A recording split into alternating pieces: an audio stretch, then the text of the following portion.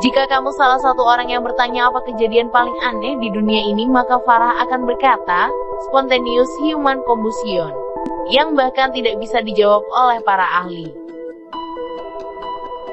Nah, apa itu spontaneous human combustion? Spontaneous human combustion, yang secara harfiah bisa diartikan terbakarnya manusia secara tiba-tiba, merupakan peristiwa di mana tubuh seseorang tiba-tiba terbakar sementara di sekitarnya tidak ada sesuatu semisal api atau sumber panas yang memicu kebakaran tersebut.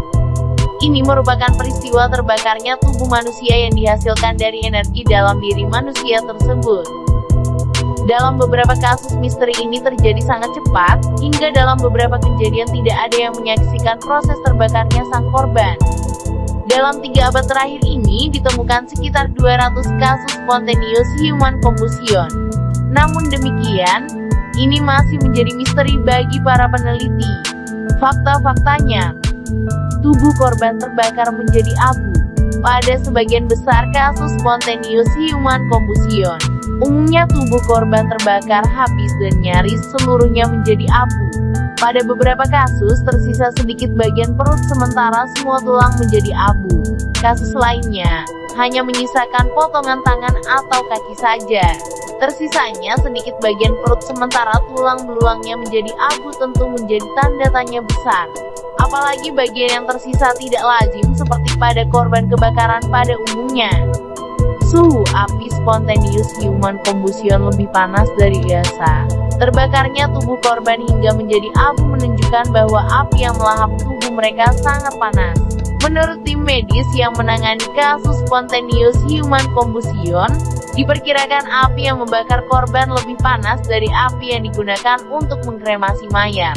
Tidak ada indikasi yang menjelaskan sumber api, tentu menimbulkan tanda tanya mengenai dari mana asal api yang begitu panas tersebut. Benda di sekitar korban tidak terbakar. Mengingat api yang menewaskan korbannya hingga menjadi abu diperkirakan sangat panas, tentulah benda-benda di sekitar korban seharusnya ikut terbakar. Akan tetapi, kenyataan di lokasi menimbulkan kebingungan yang tak terjawab. Pada sebagian besar kasus spontaneous human combustion, benda di sekitar korban justru tidak terbakar. Bahkan pada kasus spontaneous human combustion yang terjadi di tempat tidur, spray yang berada di bawah korban tidak terbakar sama sekali. Jadi bisa dikatakan api tersebut hanya membakar tubuh manusia. Terdapat kesamaan substansi seperti lemak di lokasi kejadian. Pada umumnya ditemukan substansi yang menyerupai lemak menyelimuti langit-langit dan dinding di lokasi kejadian. Asal-usul lapisan lemak yang biasanya mencapai ketinggian 1 meter di atas lantai itu masih menjadi tanda tanya. Beberapa pihak menyebutkan lapisan lemak itu mungkin adalah percikan dari tubuh korban yang terbakar. Korban selamat tidak merasakan panas atau sakit saat pembakaran. Satu hal yang tidak kalah membingungkan adalah pengakuan para korban yang selamat dari fenomena spontaneous human combustion. Mereka yang masih bernasib baik itu mengaku tidak merasakan adanya panas atau sakit saat api menjilati pakaian dan tubuh mereka. Pengakuan mereka tentu menjadi misteri yang sulit diungkapkan di balik fakta spontaneous human combustion. Beberapa pihak kemudian berpikir mungkinkah korban yang tewas juga tidak merasakan sakit? Tak ada yang tahu pasti. Pada umumnya fenomena spontaneous human combustion terjadi di rumah korban dan ketika petugas koroner tiba di lokasi kejadian, mereka mencium bau asap dan bau manis seperti madu. Tentu ada teori yang berusaha menjawab kejadian spontaneous human combustion ini. Namun perlu diingat bahwa teori ini tidak memberikan validasi 100%. Yang pertama adalah teori alkohol. Kebanyakan korban spontaneous human combustion adalah alkoholik.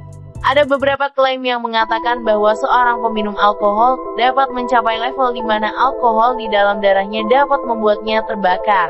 Namun teori ini dianggap tidak berdasar karena etanol hanya dapat terbakar apabila konsentrasinya lebih besar dari 23%. Teori ini menjadi tidak masuk akal karena jika manusia memiliki konsentrasi 1% saja di dalam darahnya, maka bisa dipastikan orang itu akan mengalami kematian. Selanjutnya ada teori gas dan listrik di dalam tubuh manusia. Kita tahu bahwa tubuh manusia mengandung listrik dan di dalam tubuh manusia juga terdapat gas yang dapat menyalakan api. Contohnya adalah gas metana di dalam usus. Teori ini mengatakan ECC dapat terjadi ketika gas metan ini bercampur dengan listrik di dalam tubuh. Namun sekali lagi, teori yang masuk akal. Jika ditelusuri akan timbul lagi pertanyaan kapan listrik dan metan di dalam tubuh manusia dapat menciptakan api. Pertanyaan ini lagi-lagi belum terjawab. Teori selanjutnya adalah berhubungan dengan aktivitas listrik manusia, di mana manusia dapat menciptakan energi listrik dari kundalini yang begitu besar.